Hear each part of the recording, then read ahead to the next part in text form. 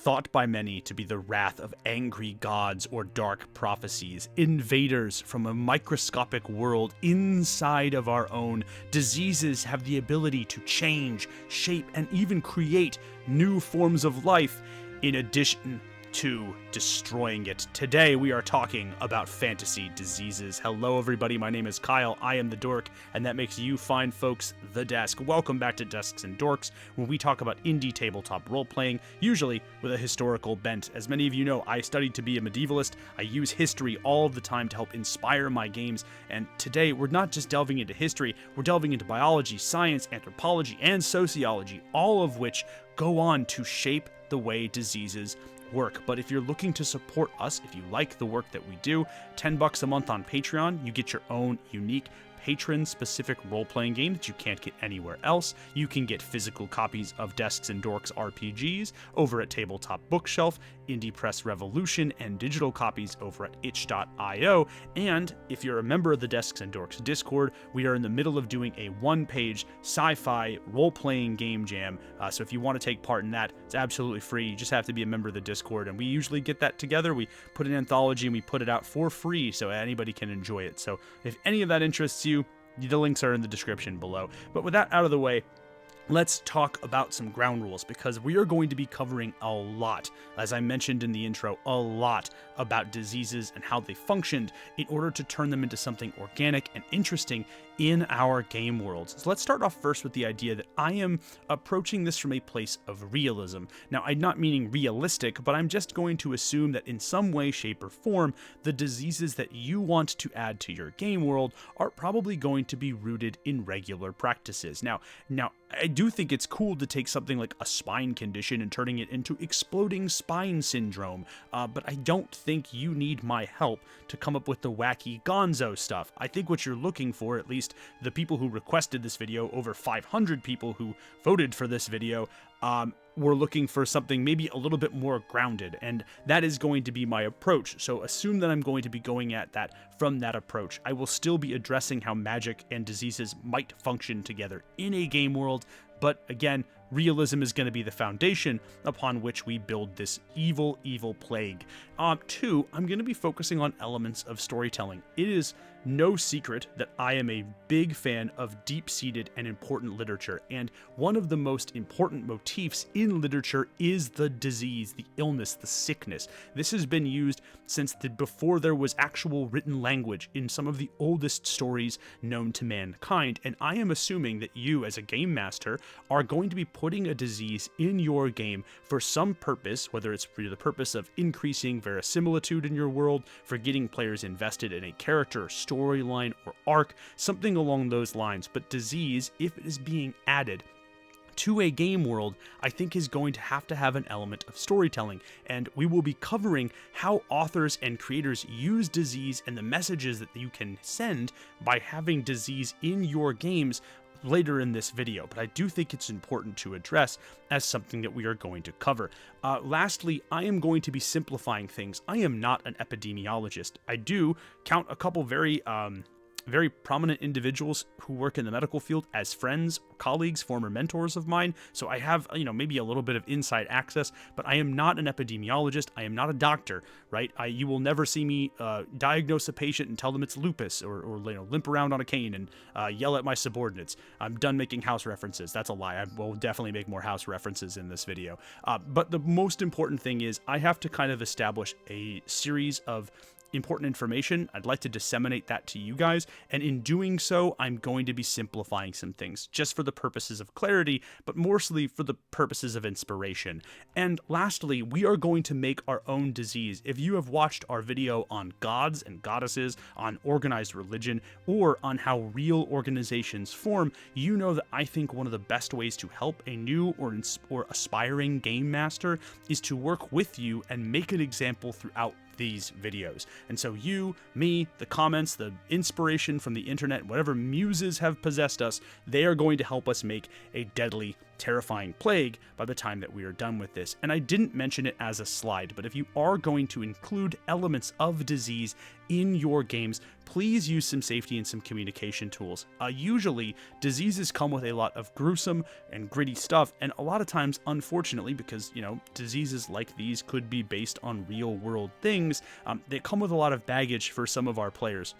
As a case in point, I had a friend whose father passed away from brain cancer like a couple years ago, and so whenever we play anything, if there's even an element of like brains or tumors, we just leave it out because it's still something that they're processing and they're working their way towards, and it's more important to have them at the table with us than it is for me to have that in my games. So golden rule, just talk to your players, make sure everybody's doing okay, and get everyone to a table that they feel welcome at and they're all having a good time.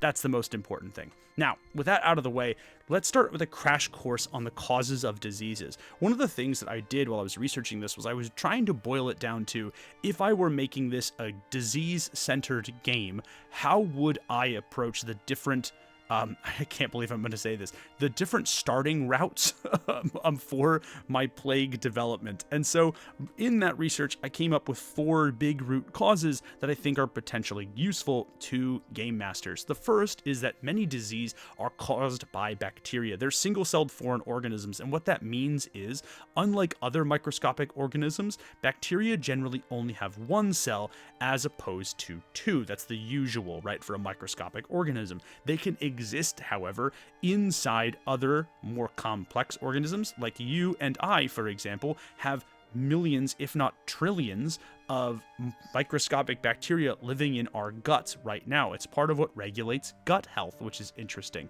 You may have seen claims about gut microbiomes on Activia yogurt labels, for example. But many bacteria are also the root causes of diseases, so they are single-celled foreign organisms. Again, kind of an important place to start. Viruses, on the other hand, are unlike bacteria. They cannot exist by themselves. They must infect a cell. And then once they are inside the cell, after they have infected it, they will replicate it, changing it fundamentally. And if the virus is strong and fast enough, this can spell doom for its host, as those replicated cells, those modified cells, begin to replace the other actual healthy cells in a body.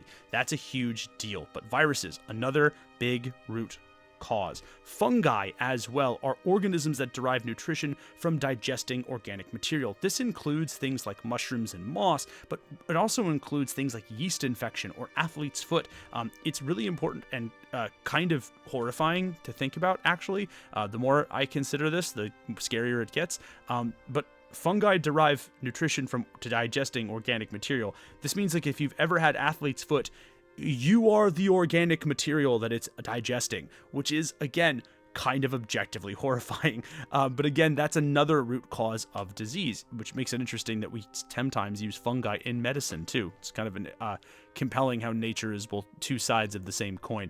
And lastly, there are parasites. These are organisms that live inside another host, and they get their food at the expense of the host. I want to draw the difference right now between parasites and fungi. Fungi treat you as the food source. A parasite will use your food source as its food source, if that makes sense. And there's multiple types of parasites too. We oftentimes might think of bigger ones, but it really starts with protozoa. These are microscopic parasites. They function kind of like bacteria, but they're a little bit different in that they are a far more complex organism than those single-celled bacterium.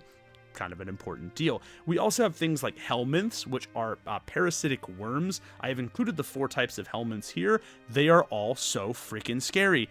I hate them all. Horrifying, horrifying, horrifying. I do not like parasites. I hope you all know the Herculean lengths that I went to make sure that this research was good, because oh boy do I not like parasites. I especially don't like parasitic worms, and I really do not like ectoparasites. Ectoparasites include things like louse, bedbugs, or my least favorite organism on this planet, ticks. All of these are considered ectoparasites, and because they, in this case, usually will consume some element of the blood as part of their digestion, your blood as part of the digestive process, and then regurgitate some of that back up as part of the digestive process, that's where you get a lot of those bloodborne illnesses as a result of having ectoparasites. So if you're making a disease in your game world, bacteria, virus, fungus, and parasite are the 4 origin stories of a plague. In terms of game parlance, I think it's a pretty good place to start. And yeah, right, parasites, they live, inside of a larger organism. They make it far less healthy. They absorb the benefit made by the healthy, functioning, useful parts of that organism, and then make everything a lot worse. Yep, just a lot worse. Anywho, now that we've addressed the 4 types, let's talk a little bit about our fantasy bacteria, and this is where I wanted to go. I've made parasites and fungi before for games, so I wanted to try something new for this one, and really the idea of bacteria interests me because unlike a lot of these other elements, bacteria are everywhere, and they're not always necessarily harmful, but because they're everywhere, because they're so ubiquitous with living on our planet, I really wanted to delve into them. You can find bacteria in the soil, you can find bacteria in the sky, you can even find bacteria in hydrothermal vents in the ocean, and I wanted to think of this as my real origin point, my inflection point for our fantasy disease. Our disease is going to be born from that cradle of fire and salt water at the bottom of an ocean, and from that massive underwater geyser is going to be where our bacteria stems. And we'll get a little bit more into that later in the video. We'll even give our bacteria a name. But again, the TLDR is that virus, bacteria, attacks or changes the body, fungus makes you the food, and a parasite takes the food that you eat. All of this is useful as a little cheat sheet. So again, if you want to pause, take a screenshot, write it down, whatever. This is kind of the baseline for your fantasy disease development. But now that we've established our base, let's talk about how disease spreads. Again, we're working from the assumption and the foundation that a lot of fantasy is based on the Middle Ages and the Renaissance, and so I thought it would be important to address the root causes of diseases in those times. And one of the biggest ones is poor hygiene. There's a lot of hidden costs to bathing. Water consumption, for example, finding clear, clean, potable water safe for drinking and bathing, is a luxury in the modern era, and we'll get into that in a little bit. And because of this luxury, the wealthy are really the only people who can afford to bathe, right? Not only is it hard to get access to that much clean water to bathe, but doing so requires you to take time out of your workday, something most serfs and even the medieval middle class could ill afford. If bathing was done, and it was done in some cultures, the Romans, for example, and many of the Muslim civilizations had access to bathhouses, it was usually done in communal, or at the very least in very specific times, right before weddings or major religious ceremonies, where a cleanse of the body was supposed to coincide with a cleanse of the soul. This would be a time that you would bathe. Or again, if you were lucky and lived in an urban center that had access to the kind of logistics needed to run something like a bathhouse, something that after the fall of the Roman Empire was pretty uncommon in a lot of Western Europe. So again, issues in hygiene allowed for harmful bacteria to continue to form, and there's a lot of parasites that really like to live in dirt, grime, in dead skin, or in unkempt hair, or in uncleaned homes. And as a result of this, poor hygiene is a massive cause for disease during this time, and it could be a massive cause for disease in your game world. But now that we've addressed cleaning, we have to talk about what are you doing? Water-based diseases, water-based germs, bacteria, viruses, parasites, and fungi are one of the biggest problems in diseases in a medieval or Renaissance-inspired fantasy world, and this isn't an issue of biology or epidemiology. This is an issue of sociology and city planning. Medieval cities tended to develop naturally, beginning at a city center or being based near an important resource, like a navigable body of water. And as cities grew, many times there was little thought spared to the types of long-term sanitation projects that you were going to need to keep those places afloat. Things like cisterns probably were constructed, and in many cases were constructed, but because of the way that medieval and Renaissance cities in Western Europe grew and changed, it made it really hard for even the cities that had cisterns or rudimentary sewer systems to plan as the city grew, developed, and managed to swell in population. Exacerbating these issues are the idea that water is a catch-all resource. Which means they used it for everything, and I mean literally everything. It wasn't just used for drinking and cooking, although it certainly was used for that. Rivers and lakes and even the coastline in some places were used for waste disposal, as people managed to dump their bodily defecations into any form of water possible. They're like, whatever, the river will just sweep it away, not realizing the harm that they were causing both to the water and themselves in the process. And again, even in places where you could potentially drink or swim in the water, people used it to wash themselves or their clothing, which means that lye and other toxic substances also get added to that miasma that we are slowly starting to build up. It gets even worse when you realize things like runoff blood, offal, flesh, and rendered fat from animals was commonly poured into this into bodies of water. We also have accounts of medieval morgues, or the equivalent of a medieval or Renaissance morgue, dumping all of those corpse fluids into the water themselves. Again, the water they use to drink and cook and wash and bathe, potentially.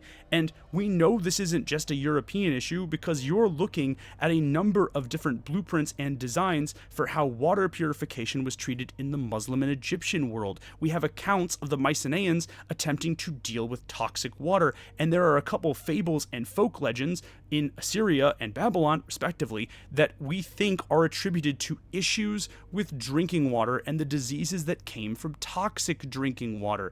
This is an insane thing because it means that these issues most likely, and this is conjecture zone here, but I'm willing to take a bet on it, most likely extended to even before written language was a thing.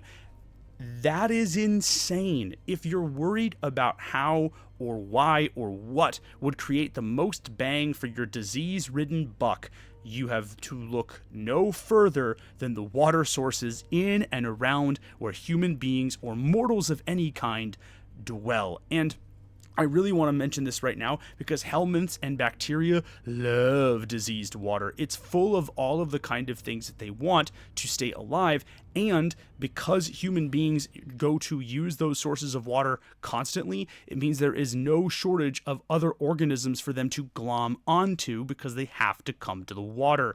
Seriously, diseased water is a nutty thing. And if you don't believe me, we have accounts of medieval London, actually London probably stretching up into the industrial age, that the miasma that was the Thames River was so rank, filthy, and stinky that the smell of it could be had from miles away from before you even got into the city.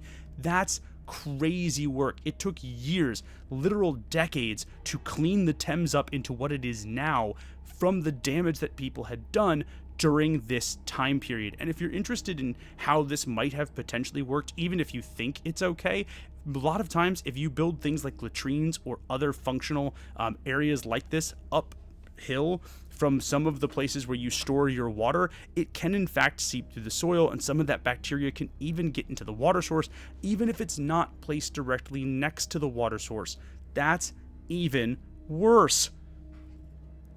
Again, typhoid, hepatitis, cholera, giardia, and dysentery, all of these things are common waterborne illnesses. They are common now as they were in the Middle Ages and the Renaissance, and they are horrific to deal with, particularly if you don't have access to medicine, or in our cases, healing magic of some kind. But now we need to begin our story, and our story actually starts not just underneath the surface in those hydrothermal vents, but also in the geothermal vents that those hydrothermal vents eventually become due to years of volcanic activity on the ocean's surface and the shifting of the tectonic plates that make up our world. These steam vents aren't just naturally occurring phenomenon.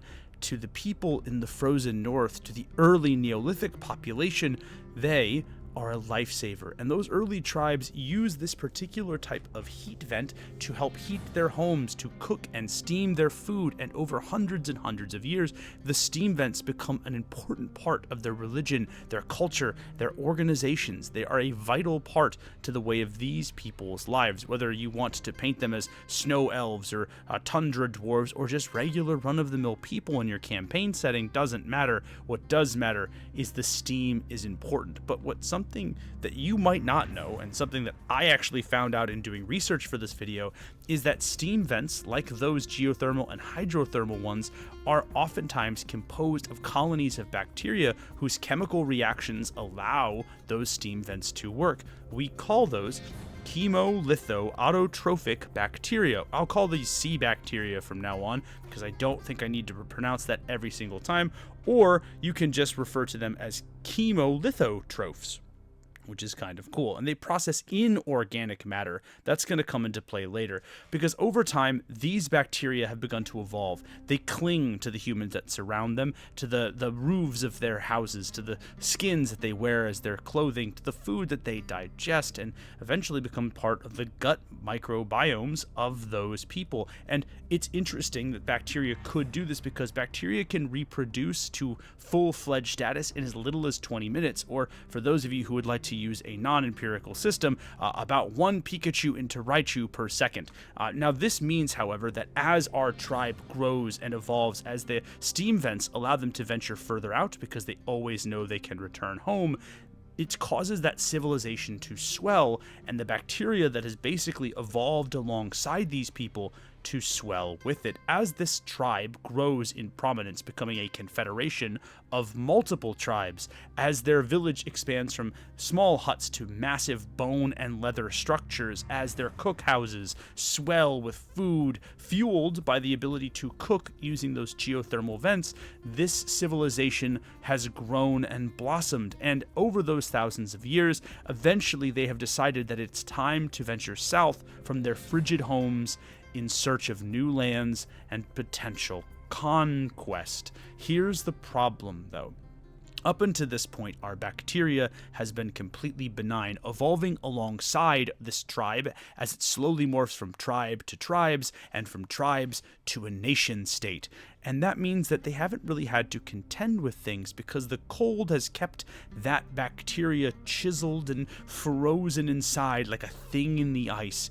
And as they venture south to warmer climates, it's going to evolve into something entirely different. Now, before we get into that, let's talk about another big root cause of diseases, which is overcrowding. When we speak on dwellings and on the evolution of a disease, like bacteria, for example, one of the ways that it grows in strength is in overcrowding, because overcrowding does a number of different things. It exposes people to close proximity to one another, a lot of people, which means that bacterial colonies or viruses or parasites are free to intermingle and interbreed with one another at a very rapid clip, or in the case of viruses, split cells and then potentially infect new hosts and gain access to new cells. As they grow and evolve, because of the immense amount of opportunities provided to them by the number of individuals in those dwellings, those diseases grow in strength. It also means it's easier to transmit diseases from one person to the next. So not only are you going to get a critical mass of organisms being able to evolve and evolve quickly, but it's going to be easier to spread those foreign organisms and thus spread the diseases that they cause from person to person. Essentially, poor urban planning turns a city in the medieval and the Renaissance world into a kind of testing ground, an evolutionary gladiatorial match, so that the best diseases get formed faster. It's sort of like reaching a critical mass of these organisms. Usually, things in our human bodies are able to fight off a lot of illnesses, and in many cases, they still do, even in these environments. However, because there are so many people traveling in and out of the city, because in cities, especially in the Middle Ages and the Renaissance, they were so crowded and constantly exposing things to one another, it allows this critical mass of these organisms to arise, and eventually, through years, sometimes even decades of interbreeding, literally move past its evolutionary limits to create something that is far more deadly. If you're wondering what this is like, there's a very real chance that you yourself have made millions or trillions of new species of organism that you don't even think about. It happens when you bake bread. Yeast is an organism, guys. It's alive, and much like yeast rising out of a bowl, and if you put too much in, eventually overflows out of the bowl, this kind of works for the way that diseases in these overcrowded areas function. Eventually, It's like putting a bunch of yeast in a tiny, tiny bowl. Eventually, it's going to be a really big problem that the human body is not going to be able to face. And I mentioned sociological issues because in many ways, these diseases are the cause of sociological and cultural pressures. In good times, the poor would have been forced out of a city or a larger village and made to live on the outskirts with the other undesirables. Usually, because the poor lacked opportunities or privilege, they were, again, had to go scrape by with whatever they could and live in the most cramped conditions, usually on the edge of the city. These cramped conditions were kind of like the regular cramped conditions, cranked up to 11, and in fact become even better breeding grounds for diseases. One of the biggest examples of this is the Neapolitan plague, an example of the bubonic plague that struck Renaissance-era Italy, but hit Naples particularly hard, with estimates saying it wiped out conservatively about 50% of that city-state's entire population, which is crazy work for a localized plague. And the plague eventually died down when the poor were forcibly quarantined into their sections of the city, and the disease was essentially allowed to run rampant and burn through the population therein, allowing everybody else to kind of survive because there wasn't really a cure for it at that time. This is one big example on how things like class struggle, especially in the Middle Ages and the Renaissance, create these kinds of diseases and the conditions for diseases that move along with them. Ultimately, if you're going to take anything from the idea of water cleanliness, civic planning, or overcrowding, it's the idea that many diseases are a conscious or unconscious economic or cultural decision. Again, poor and unsafe living conditions, which are spurred on by people who want to do that for economic or social reasons, are oftentimes the biggest causes for some of these diseases. I didn't even intend for that to rhyme. But we also need to discuss social norms. And by social norms, I mean the relationships that people had in the Middle Ages and Renaissance with the oldest of human professions, the ladies and gentlemen of the night, those who earned their money by servicing people's carnal desires. You can tell I'm trying really hard to get through YouTube censorship because this is an important distinction to make. We, in the modern era, have a strange relationship, in some cases influenced by our Victorian brethren, and in other cases just sort of because we've been trained through years of, in some cases, government programs to treat this sort of behavior with a layer of caution, a layer of perhaps reticence. Those feelings and emotions were not shared by our medieval and Renaissance brethren, who in many cases would eke out tons of time in these establishments, right? It was not uncommon for someone to spend days, weekends, and in some very famous cases, months in these types of places. However, the issue is that being exposed to that level of work caused venereal diseases to be a massive issue. I pulled this quote from Ulrich von Hutten back in 1519 before he died, which I thought was absolutely absurd. And again, the idea of boils standing out like acorns, literally emerging from the flesh, is not an exaggeration. In 1494, there was an outbreak of syphilis in the Italian city-states that in many cases looked like a zombie plague, and syphilis in general is one of the most horrific diseases of all. Contemporaries in the Middle Ages actually viewed the disease as a worse fate than the Black Plague. The plague, they would say, at least destroyed you. You were going to go into the beyond very quickly. Syphilis, on the other hand, lingered in many cases for years, sometimes a decade or more, before it finally sent the person back to the proverbial lobby.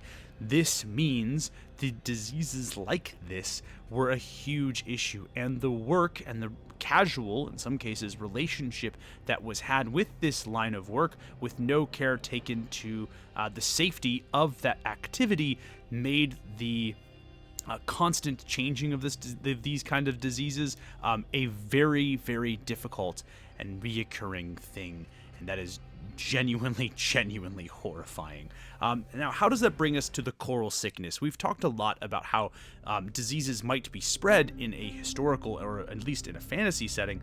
Let's check back in with our friends and see how the coral sickness is evolving. It gets its name, in fact, from the strange flesh-like growths that emerge when somebody has fully blossomed and bloomed into the disease. You see, that army, that armed force that ventures south in search of new lands to conquer, reawakens that sort of bacteria, and over the course of the battle they're able to sort of spread it. It spreads in their camp first, and as close quarters combat continues, it spreads from warrior to warrior, from enemy to ally, from combatant to combatant. It grows eventually out of the person, and this is actually where I want to draw an important distinction.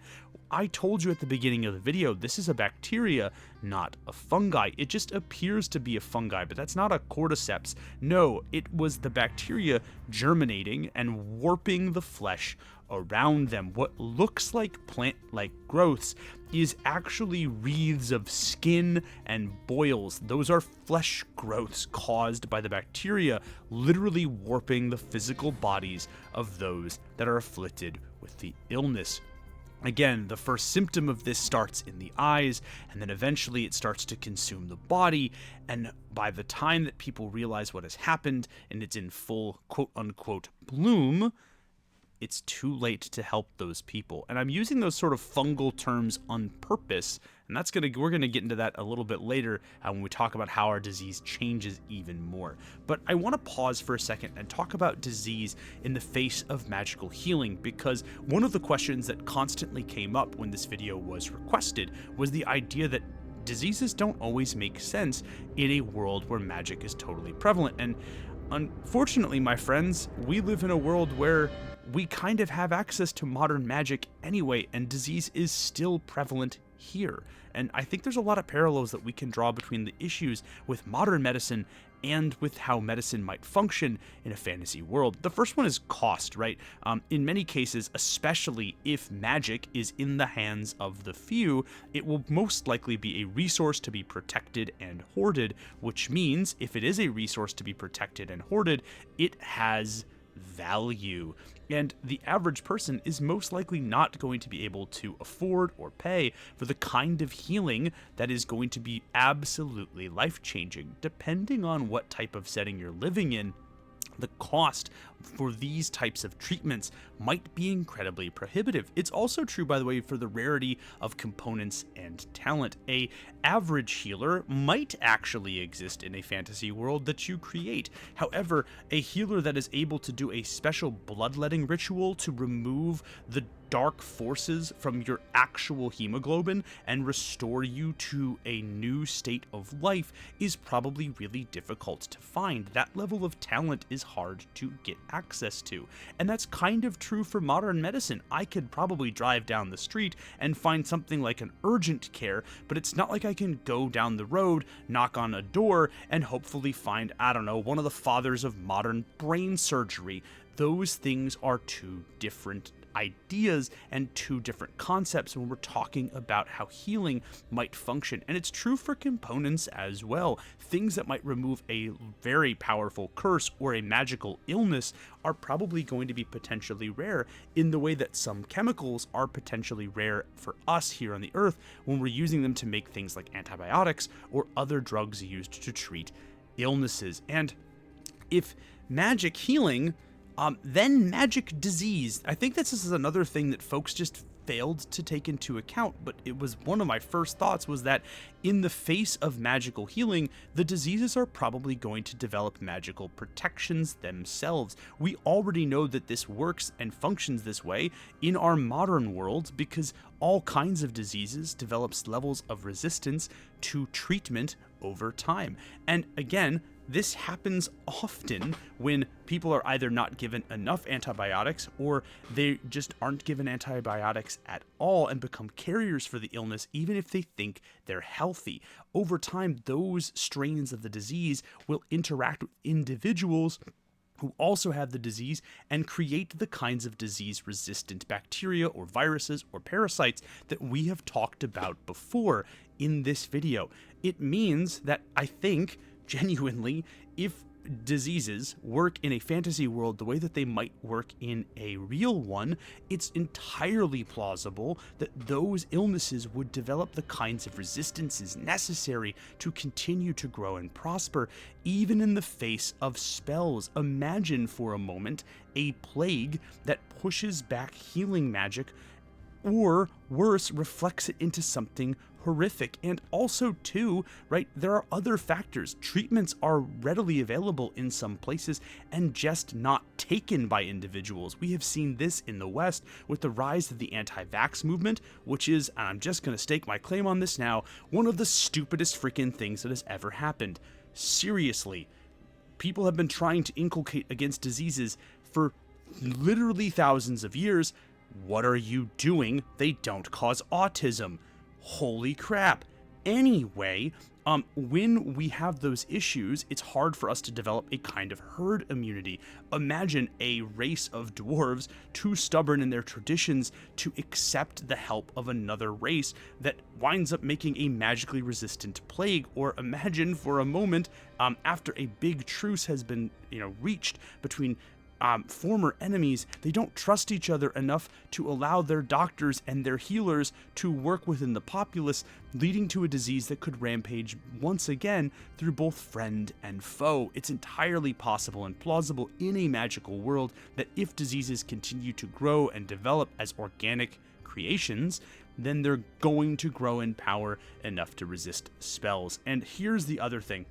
I wanted to end with that anti-vax statement because even though magic is viewed as a sort of catch-all powerful thing, it's still being wielded by mortal hands, and mortals can make mistakes, right? We try to understand illnesses and we try to break things down, but even if you have access to all of, modern medicine in our case, or magical power in the fantasy world, you might not have the right answers, or your limitless power might be curtailed by your limited mortal perspective. And this is true in the coral sickness. I keep hinting that I'm referring to it as a fungi, or that it looks like a fungi to the outside observer for a reason, because when the coral sickness hits the south of our fantasy world, the mages and the governments of that kingdom begin to respond in the way that they know best. They have fought against diseases before, and as they will do and as they are wont to do, they will burn them out with arcane fire. They will scorch them away with healing and holy pious light. And all of that stuff works horribly. Eventually, this causes the disease to spread and spread. The flames, the heat, the light, it just makes the bacteria grow stronger. And this is true in modern diseases. Sometimes a bad treatment can lead to the disease growing or becoming more powerful. Eventually, two strains of thought evolve to help people fight against the coral sickness. The first is pioneered by the individuals that brought the coral sickness south in the first place. They realized the cold, the warmth that was being sapped, that incredible bloom of bacterial growth could be curtailed with ice and snow, and so they returned to the practices of their ancestors, embracing that kind of magic in a bid to keep themselves alive and to eventually stop the illness. Individuals who have not been infected by the coral sickness very greatly can still retain their humanity, like our individual on the right, and in fact, those people will go out and about to help basically fend the illness back, using the colds to cause the bacteria inside patients to once again slumber. However, in cases of incredibly advanced infection, those individuals will literally freeze themselves, as this mage has done on the left, basically turning themselves into walking cryostasis, not totally dead, but not truly alive, as their body becomes a walking frozen tomb for the bacteria, stopping it from reaching a point where it can overwhelm them, but really preventing them from, living a normal life, as not only are they literal ice walkers, They have to constantly expend magical energy and focus to maintain their core body temperature at this frigid sub-zero pace. However, another school of thought arises as well, as individuals realize that this isn't just a regular bacteria, it is a living thing. A fringe movement within the original invading army, and amongst its earliest unfortunate victims in those early battles, realize that the bacteria can be communicated with. It can be assimilated in some ways into the body, and so these people begin to sort of work with the bacteria around them to essentially become a symbiotic organism. These new individuals form a religion, an army, and a culture around embracing the bacteria within them and allowing it to not run rampant, but to take hold of certain parts of the body, and through communication, both magical and mundane, cultivating a real relationship with the thing living inside them. To the people on the outside fighting against the infection, they are heretics, they are threats, they are a problem, but to the people inside, they realize that this bacteria, the coral sickness, cannot be contained or will eventually break free, and if they don't learn how to deal with it in a positive manner, it could spell doom for everyone. Those frost mages, the ones that walk around in frigid tombs of their own bodies, those people, they both think their other person is crazy, right? You have you have bacterial-based mages on one side using their symbiotes to make this magic, and the frost mages who turn themselves into living tombs, and both sides think they're crazy. And finally, while we do this, I want to finally just address one more thing. I talked about this at the beginning, but diseases are often a mechanism for good storytelling, and I want to go over some examples in literature and popular culture to kind of show you what I'm talking about when we use this as an example of how authors derive meaning from something so cataclysmic. One of the best examples of this in video games is the Scarlet Rot in Elden Ring. Elden Ring is an incredible experience. It is everything that I love about high fantasy, and the realms in between and the adventures that you and your character are going to go through are a perfect example of the kind of mythic legends that early fables, folktales, and even things like the story of Gilgamesh are all centered on. This is a true heroic story, a battle of good and evil, and in that case, the Scarlet Rot is a perfect stand-in for the kind of mythic, ever-present evil that we would expect in a story of this kind of cosmic scope, in a legend that feels this large, this vast, and this colossal as Elden Ring does. And a perfect example of this is Melania. In the beginning, if you read the lore, Melania feels like she's going to be the kind of goddess that is a legendary hero, one that paves the way for the warriors to come later and the legends to come after, and her inevitable fall to the Scarlet Rot and the damage that she causes to her own realm is a perfect stand-in for what Elden Ring is trying to say about the mythic and perhaps eternal clash between good and evil, and how even in a place as amazing as its world, and even in a character as amazing as Melania, evil can fester, evil can grow, and evil can change. It's a perfect stand-in for the lessons and allegories of a story of Elden Ring's proportions and importance. Or how about something like the fall of the House of Usher, dramatized obviously in a very popular Netflix original series, which is pretty good. I'm a big fan of Mike Flanagan's work, but it's also really in the short story, right? Two friends decide to meet up again. One who is afflicted by this strange illness, and spoilers, I guess, for the story of House of Usher. This is a short story that's like 100 or so years old, like at this point. But his friend realizes that, he is, literally falling apart. His house is also figuratively and literally falling apart, and his sister has been buried, and inevitably the house crumbles. His friend is unalived, and it finds out that the sister is very much not dead. She's back there, and inevitably this disease, this illness of the friend, becomes attributed to, in many readings and many interpretations of the story, a potentially incestuous incestuous relationship between the character that is sick and their sister, one that the narrator finds to be incredibly disturbing. The illness of this friend is symbolic then of the kind of moral rot that is there. Or again, speaking of moral rot, what about disease as an allegory for moral failings? Another Edgar Allan Poe short story and a total banger that I really, really love is The Mask of the Red Death, about Prospero and his very corrupt court who decide that they're going to lock themselves away in a castle full of worldly delights while a disease runs rampant through the countryside, destroying everyone indiscriminately.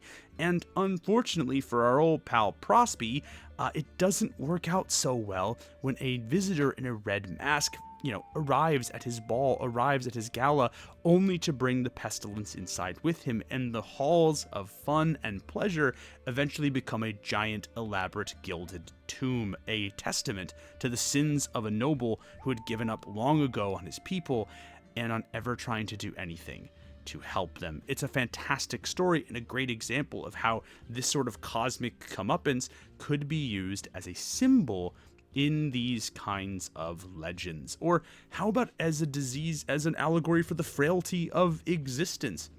I have already talked about this, by the way, before we get into this next part. I love all of the spooky art that people do for Edgar Allan Poe's work. This is incredible.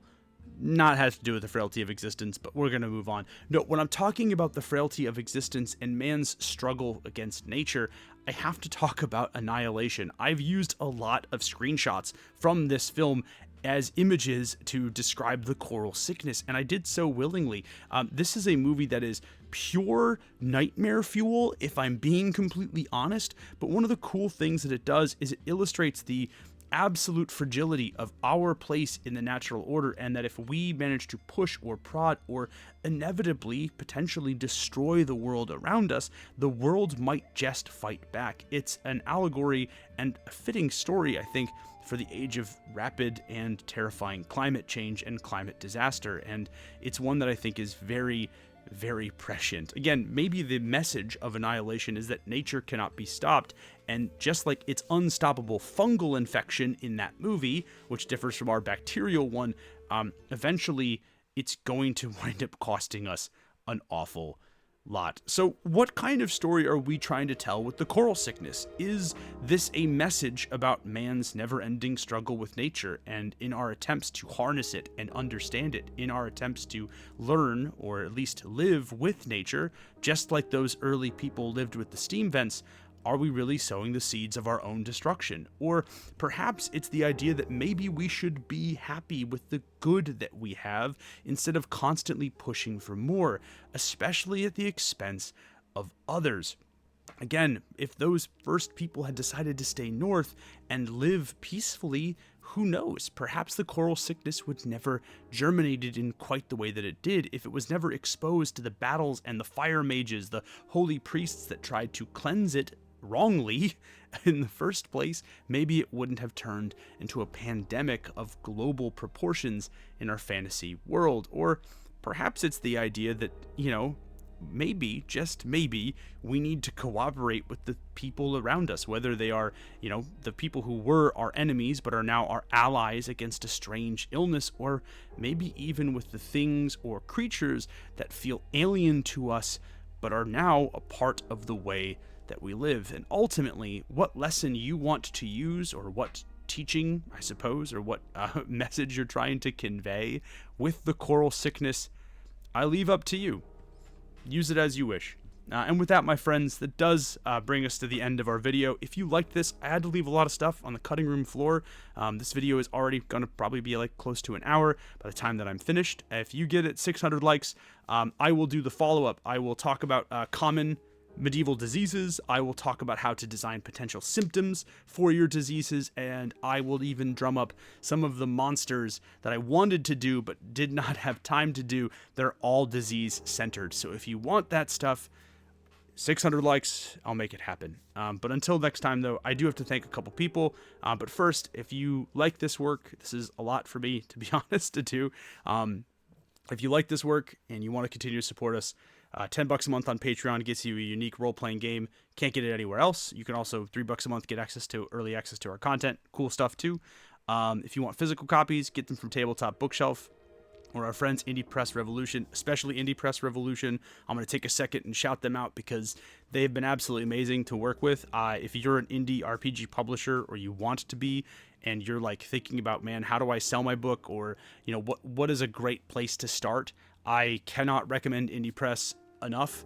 They are incredible to work with, just kind people. They read pretty much every game that they carry, which is wild. That's how I actually got to meet the people that I work with, who handle our distribution. They read my first game, After the Rain, and I thought they were lying, and then they like legit just like referenced a rule that I had written on one of the pages that was like not like a common reference, like it was one of the like the whatchamacallit, variant rules that I had done that was like squirreled away in a description. And they were like, yeah, that was like my favorite part of the book. And I'm like, that's a banger. How do you do that, bro? Like, that's incredible. They're amazing to work with. I realize this is not a sponsored segment by them. And I'm rambling now, but they're awesome. And I just kind of want to throw them some flowers. And again, if you really like that stuff, but you're like, hey, that's a little too expensive, or hey, I want to make sure that I've got all my stuff in one place, itch.io, you can get a digital PDF of any of our role-playing games over there.